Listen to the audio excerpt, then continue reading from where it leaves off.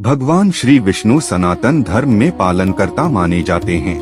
नमस्कार मित्रों, में आपका दास अशोक कुमार आपका स्वागत करता हूँ। वे सृष्टि के संतुलन को बनाए रखने वाले हैं। जब जब धर्म की हानि होती है, वे विभिन्न अवतार लेकर अधर्म का नाश करते हैं। श्री विष्णु की महिमा।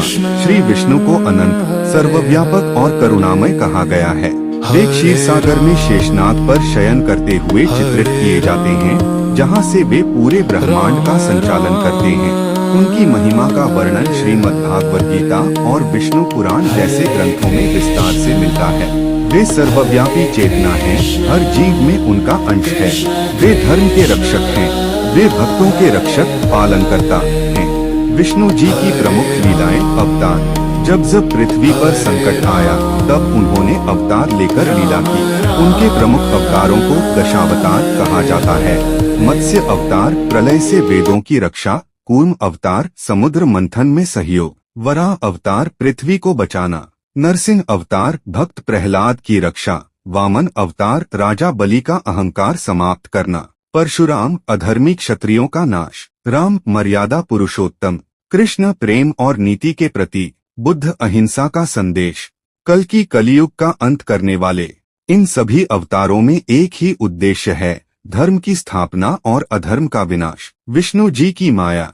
विष्णु जी की माया को समझना थोड़ा गहरा विषय है। माया का अर्थ है वह शक्ति जो संसार को चलाती है और भ्रम पैदा करती है। यह माया ही हमें इस भौतिक संसार में बांधती है। हम शरीर, धन, संबंध को ही सत्य मान बैठते हैं, लेकिन वास्तव में यह सब अस्थायी, क्षणिक है। श्रीमद्भागवत गीता में श्री कृष्ण, जो स्वयं विष्णु के अवतार हैं, कहते हैं, मेरी माया बहुत कठिन है, लेकिन जो मेरी शरण में आता है वह इसे पार कर जाता है। सरल उदाहरण से समझें, जैसे कोई जादूगर जादू दिखाता है, हमें सब कुछ वास्तविक लगता है, पर असल में वह भ्रम होता है। वैसे ही यह संसार विष्णु जी की माया है। जो दिखता है वह स्थायी नहीं है, असली सत्य परमात्मा ही है। निष्कर्ष, भगवान विष्णु केवल एक देवता नहीं, बल्कि सृष्टि के संतुलन, प्रेम, करुणा और धर्म के आधार हैं।